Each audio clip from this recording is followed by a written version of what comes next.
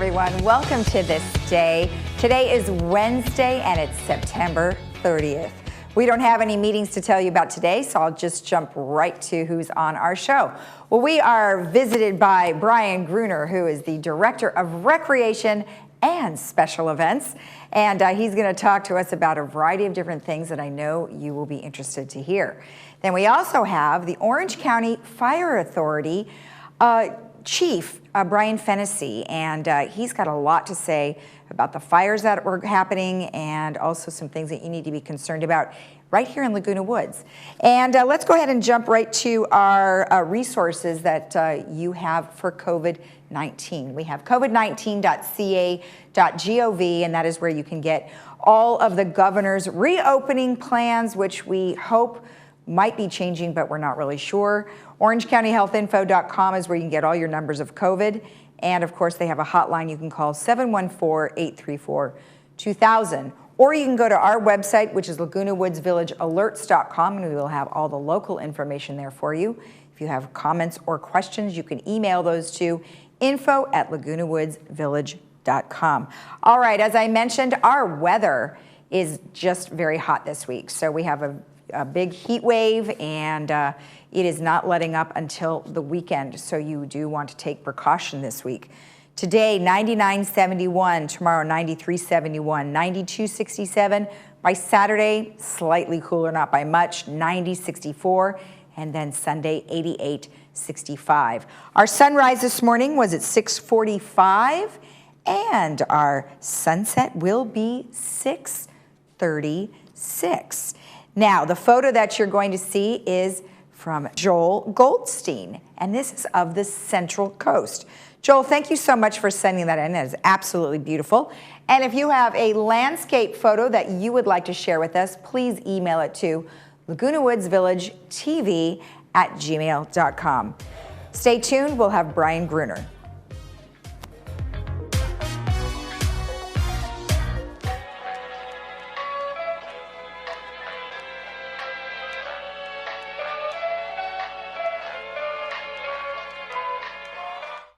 This election, all Californians will be able to vote safely from home.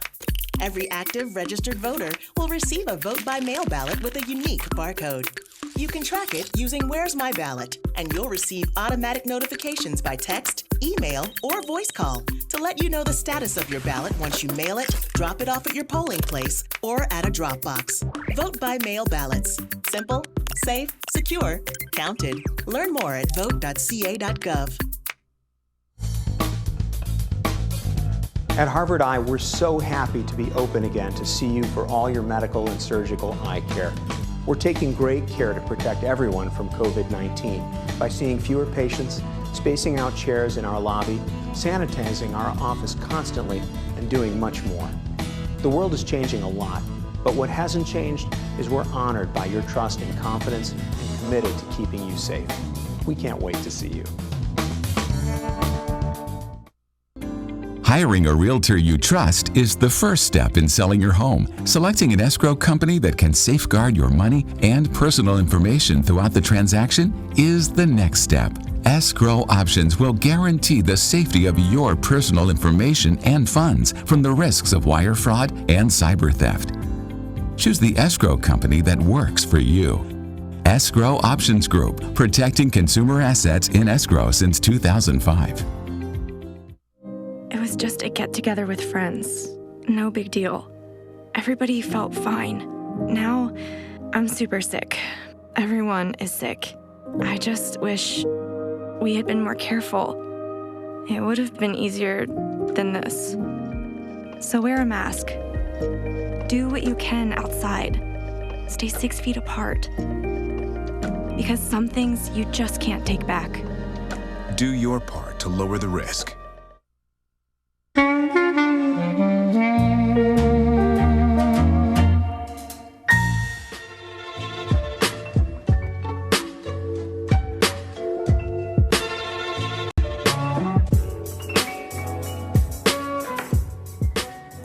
back. I have Brian Gruner here from Recreation and Special Events. How are you? Good, Lisa. How are you doing? Good. Nice to see you again. Good to see you too. So I know we have a couple of things that we want to talk about. Of course, Yes. what's currently open.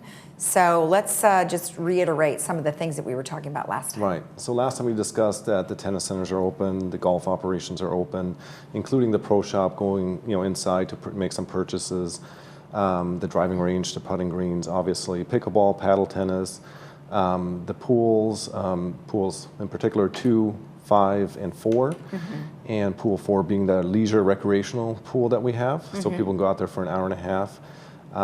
And then in addition to, we're looking to extend the pool hours starting next Monday at pool 4, and we'll be going from 9 to 9. So Okay. that's going to increase the capacity over there and allow people to come in and utilize that pool a little bit longer. And then we're also looking to roll out pool 1 starting October 12th. And that's going to be from 10 to about 3 p.m. And that will allow, and that again is going to be like a recreational / leisure pool where people can come in for an hour and a half, and we're going to offer that. Also want to go into next week is kind of a big week for us because we're going to be also introducing the outdoor gym. Right. That's going to be a Clubhouse 1, so we'll be moving some of our equipment from inside the gym outside onto the back patio and utilize that space. So that's going to be exciting, and that again is going to be on a reservation basis, and they would have to go either online through ActiveNet on our website, or they can also call us in and make a phone reservation. Okay, yeah, so they can go to the LagunaWoodsVillage.com Yeah. website, go to or amenities, and go to recreation, Right. and then if they scroll down, they would be able to find, or there's like a link that There's goes a direct. link. It says reservations, Okay. and then it'll take them to either the courts reservation system, which is for the racket sports, or the ActiveNet reservation system, which is basically for either the classes or the outdoor gym. So again, something new that we introduced to our community to make it more accessible and easier for people to make those reservations, and that's very exciting for us because it's something that's definitely way overdue. Pretty much everything is done online almost, so that's Right. very, very exciting for us. No, I think it's a great thing, and I've used it before, and it's really user-friendly, so hopefully people will be able to take advantage of that. Let's just go back to talk about the pools again. So you are expanding some of the hours. However, you still have to make reservations. Yes. And you mentioned that is it only an hour and a half at each pool? So that's going to be for the recreational leisure pools, Okay. and that's going to be an hour and a half. Okay. And that will be pool 1 when that opens on October 12th, and then also right now at pool 4.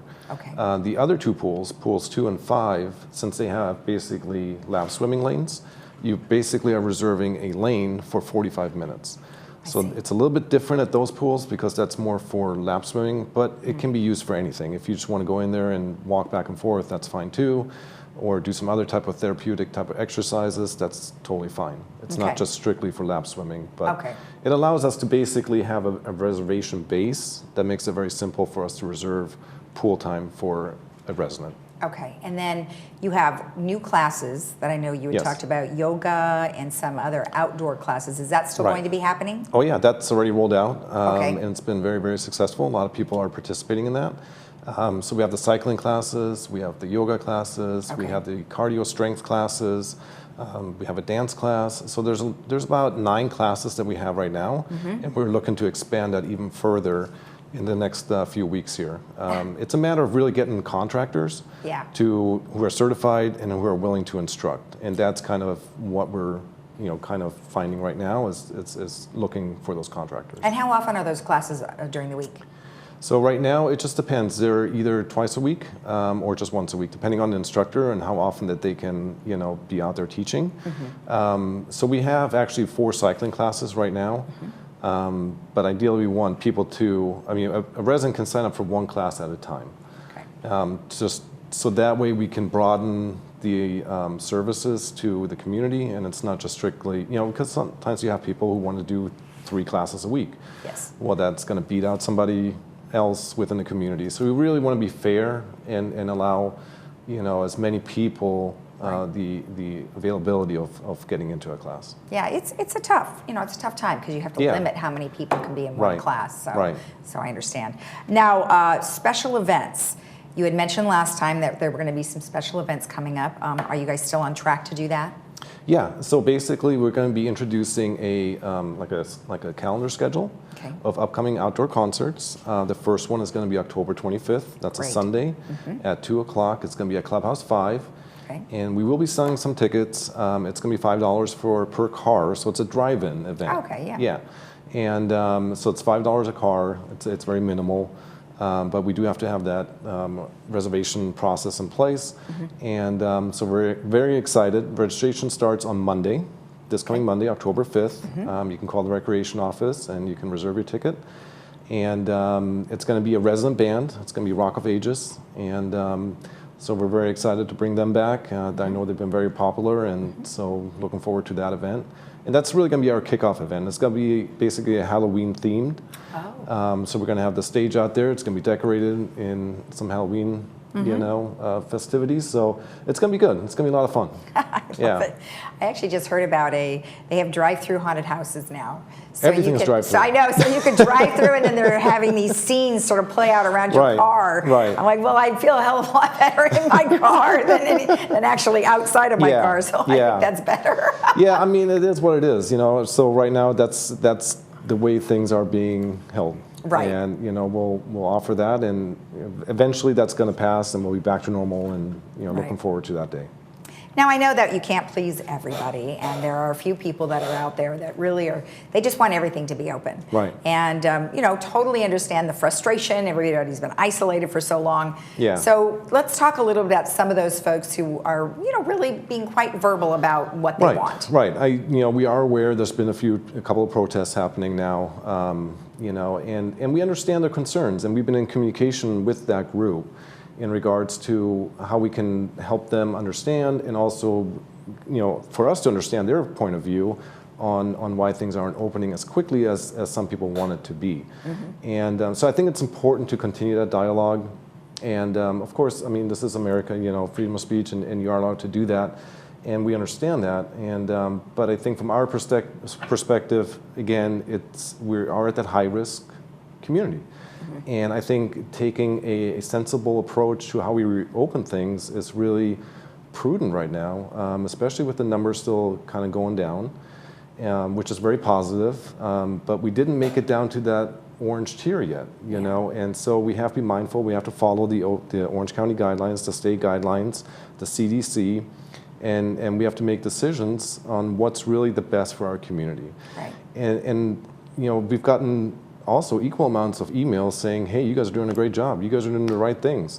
So it's having that balance, and where we want to introduce programs and events to the community, because I think it's important, and but yet also in a safe, practical manner that protects our community. And I think that's really the bottom line. And I think we're doing a good job with that. I mean, we're going in the right directions. For example, some of the future things we want to open up is Clubhouse 4. It has to be obviously very managed properly, and we are reaching out to those head supervisors to see what that would look like, to see what their availability is, how many people we can have in a classroom, and and basically establish those boundaries that we can set forth, and then introduce that to the community in the very near future. Well, there's a lot of protocols, so thank you very much for the information. You're we welcome. Appreciate it, and we'll see you again. Okay, thanks, Lisa. All right, you're welcome. And remember, if you have a comment or you have a question about what we were just discussing, you can send an email to info@lagunawoodsvillage.com. We'll be right back.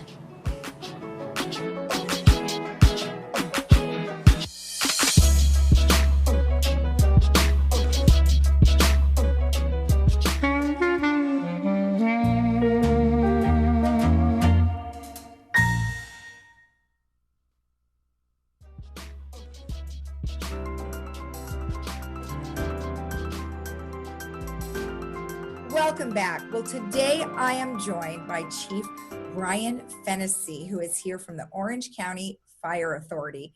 Well, thank you so much. I know it's been a while since we've had you in the studio, and I'm very happy you could join us today. Thank you. So obviously there is just a whole lot going on with fires in California and surrounding states. I think a lot of people are very concerned as to how these fires are getting started and the magnitude of how large they have become. Can you give us an update on what we're dealing with? Absolutely. It's startling even for, myself. I've been in the fire service now for 43 years. And when I started with the U.S. Forest Service back in 1978, we had what I'd call a traditional, fire season that started pretty much June 1 and ended December 1, fairly defined. And over time, through the 80s, 90s, and to where we are now, we've seen the fire season get longer than it's ever been. It starts sooner. We've been through, several droughts. The fuels that are out, and that's the way we look at the vegetation. They're beautiful trees, and we love the chaparral, but that's fuel for us. And the fuel load on the forest floor and the fuel moistures are lower than we've ever seen. Combine that with, record, temperatures now and the winds. It's an explosive environment out there. And even for myself, who've been in this business a long time, unprecedented was a really good word, but that just pales. I'm just dumbfounded at the level of activity, the number of acres burnt, the fatalities. We just had a firefighter fatality on the San Bernardino. And here we are at the end of September, day after fall. And this is when traditionally fire season begins for us in Southern California. So I'm extremely concerned. And we're having a year that is just historic. So talk to me a little bit about the closest one, which I believe is the Bobcat fire. Am I correct? You're correct. Okay, so talk to me about that one. Where are we at with that? Sure. The Bobcat fire, it's over 100,000 acres now. It started on the weekend that we had the extreme heat here in Southern California, a little bit after the fire out in San Bernardino, the El Dorado fire started. But it started in a location, having been employed on the Angeles National Forest years ago, it started in an area that's remote. And there aren't roads back there. There's wilderness area, so very difficult area to access in an area that probably hasn't burnt in maybe over 100 years. So you've got that kind of fuel load. You've got poor access. You've got high temperatures, low humidities. It grew slowly, but once it hit, some of the landscape, and it, as went over the top into the Arcadium and Rovia, Sierra Madre areas. And as that was contained, the fire continued to burn into the backcountry to a point now where it's completely across the national forest and into the desert. Mm-hmm. And it's still in remote areas where they're having challenges getting fire line, around there. So it's going to continue to grow. Now, which one is the one that is threatening the observatory? Would be the Bobcat fire. Oh, it is. Okay. Yeah. So if you can imagine, Mount Wilson, if you've ever been up at Mount Wilson, that back side of it, that north side, and typically in Southern California, the north side or aspect of any slope is going to be more highly vegetated because it gets less sunlight in Southern California. And so it's beautiful back there, big timber. There's a lot of wildlife back there, a lot of bears still, and it's just tragic that they're losing the landscape like that. What are some of the challenges that the firefighters have had? Man, multiple, right? We're used to high temperatures and we're used to the extremes of the environment, but we're seeing temperatures here in Orange County. We saw nearly 120 degrees, close to the coast. That's unheard of. Well, the firefighters, are wearing their personal protective equipment. These are long sleeve t-shirts under long sleeve Nomex shirts with helmets and packs of up to 50 pounds. And they're having to hike and lay hose and swing tools in this environment. And so it's very, very tough. You couple that now with a pandemic. Right. It's just unique. This fire season was going to be unique no matter what. Prior to the fire season here in Orange County, we did a lot of planning. We prepared our crews, had multiple days of supply on the fire engines should they go out, multiple masks, multiple face shields, a number of things to protect them. They go to a base camp now to eat. Well, you no longer eat at a table with your crew. The tables are all spread out and it's one at a time. Mm-hmm. You won't see hundreds of people standing in the morning briefing. It's being done virtually. Wow. So there's been a lot of behaviors and things that have changed. And what I am quite pleased to hear is with all the fire activity up and down the state, we're not seeing huge surges in the fire camps or among the firefighters. There are some that are getting ill and they're being quickly dealt with, but it's taken a lot of preparation to get there, Lisa. Absolutely. I imagine. And like you mentioned, it's difficult, especially when they're in the remote areas. Heat exhaustion must be a real big concern, especially with the additional equipment and face masks and things like that. Are you seeing a lot of that? We are, and certainly with the firefighters at the fires. I mean, the key to that obviously is hydration. But another key to that, you have to be in physically fit condition, to be able to adapt to that environment. And you have to be, pretty quick to realize when you're starting to suffer from the signs of heat exhaustion, nausea, dizziness, those sorts of things, because if not treated or stopped right away, it will escalate to a point where you will be sick and you won't be able to do the job. Beyond that, you then go into heat stroke, which is a life-threatening problem. So, the firefighters here in Orange County are very aware of the signs and symptoms of that, but certainly we're seeing that more with the high temperatures. And my understanding is early next week, we may be experiencing, I don't know that they'll be at the same extreme, but very high temperatures for this time of year. Yes, exactly. Let's talk about the actual fires themselves. I know at one point there was discussion that there was lightning strikes, and then we found that there were people that started arson. I mean, where are we at with that? 85% of all the fires here in California are man-caused. And that doesn't necessarily mean arson. There are people out trying to do the right thing and clear the defensible space, but perhaps they picked the wrong day to do that and are using power tools and, the time of year when the vegetation is dry. On August 15th, there was a significant, what we call lightning bust or storm throughout Northern California. It came with very little precipitation from the central coast all the way through the north. Mm-hmm. And as you may recall, because of the drought, over the 8 years, we've been out of it for a year or two, but prior to that, it allowed the bark beetles and whatnot to proliferate in the Southern Sierra and throughout the Sierra. Last count before this fire season, I believe there were in excess of 30 million dead standing trees in the national forest, literally matchsticks.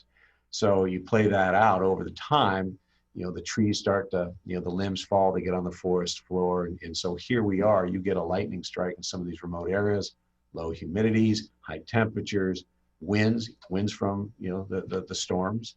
Mm-hmm. You have massive spread like we've never experienced before. So it's a culmination of many, many things. Right. Wow. I didn't hear about that bark beetle. So that's new information.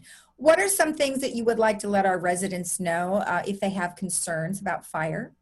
Sure. Well, number one, that, your fire department, the OCFA and the other Orange County fire departments are prepared.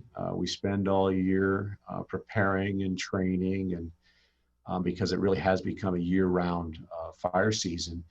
But the things that people can do to help us, and we always talk a lot about defensible space and giving us that 100 feet around your homes that we can operate within, should a fire approach, your property.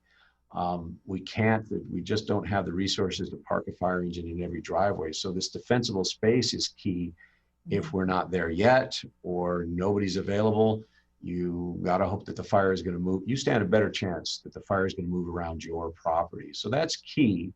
And those are things you can do, not during the off season, but certainly during the season with care. But I think, given, the tragic loss of life over the last few years and the speed at which these fires are moving, people are underestimating just how fast they move. And so when we ask people to go to our website, look at the Ready, Set, Go information, have a go bag. When I talk to people in communities, they tend to think that's just for somebody else. That's not going to be everybody. I think it's human nature. It's not going to happen to me. Right. Because you interview them afterward and they go, I never thought that was going to happen to me. And it does. It surprises people. I can't tell you how many people we evacuate and they say, well, I just came out in my yard and the fire looked like an hour away. 5 minutes later, it was there. We underestimate the speed of which things happen. So to have preparation, not only is it going to lessen your anxiety when it's time to go, but you're going to be prepared. You're going to have the items in your go bag that will sustain you for 72 hours. This is your medications. If you have pets, your pet food. Maybe a big go bag or a couple go bags, but enough, that you'll be able to self-sustain yourself. I work closely with the Red Cross. They've assured me that, the shelters, that we're used to seeing are perhaps something of the past. They're securing hotel rooms and other means to ensure social distancing. They have PPE, but I would just offer up to don't underestimate. If you're waiting for an evacuation, a reverse 911 call or whatever it may be, and you're concerned, don't wait for the call. Take your go bag, take the items you've prepared yourself for, and self-evacuate. That is probably the biggest thing. The tragic loss of life, quite frankly, probably some of it could have been prevented had folks, left sooner than they did. Many people believe that they can stay and defend their property. And when the fire gets close, they have one of those moments to go, wow, this is what I expected. And then they try to evacuate. Well, that puts themselves at huge risk. And if we've got everybody now coming out of the neighborhoods, we cannot get our fire equipment into those neighborhoods to protect their property. So go bags, defensible space, go bags, ready, set, go. Go to ocfa.org. We've got a very thorough website on Ready, Set, Go. But help us help you. Perfect. Well, that is very well said, and we definitely need to make sure that we are prepared ahead of time. I know that Laguna Woods Village is a concentrated area, so you never know. I mean, even though they're surrounded by buildings and roads, there is wildlife here, and it can jump just like anywhere else. So thank you for that information, and thank you so much for taking the time. You're very welcome, and I appreciate that, Lisa. I think you hit on one thing. If I'll kind of close out on this is, it's just not the areas that abut the wilderness or the national forest. You have within Laguna Woods what we would consider open space islands. They may not be large open space areas, but you get a fire in those areas in the right time, you will have a property and a structure threat. So it does affect everybody, whether or not you live, close to, the wilderness or the forested areas. So thank you for bringing that up. All right. You're welcome. And thank you. Thank you. And we'll be right back after this.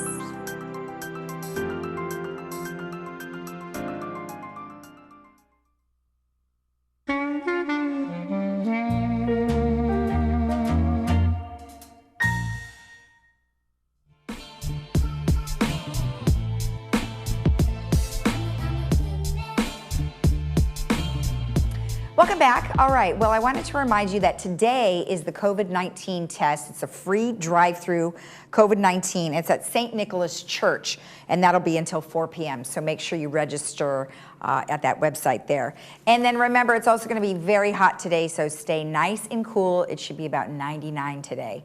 Have a great day in the village. We'll see you again tomorrow at 9. You can watch our rebroadcast at 12:30 and 5. Bye-bye.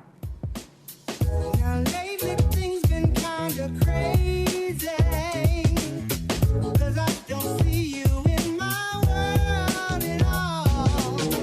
You picked me up when I got lazy. I got it together and my problems seem so small.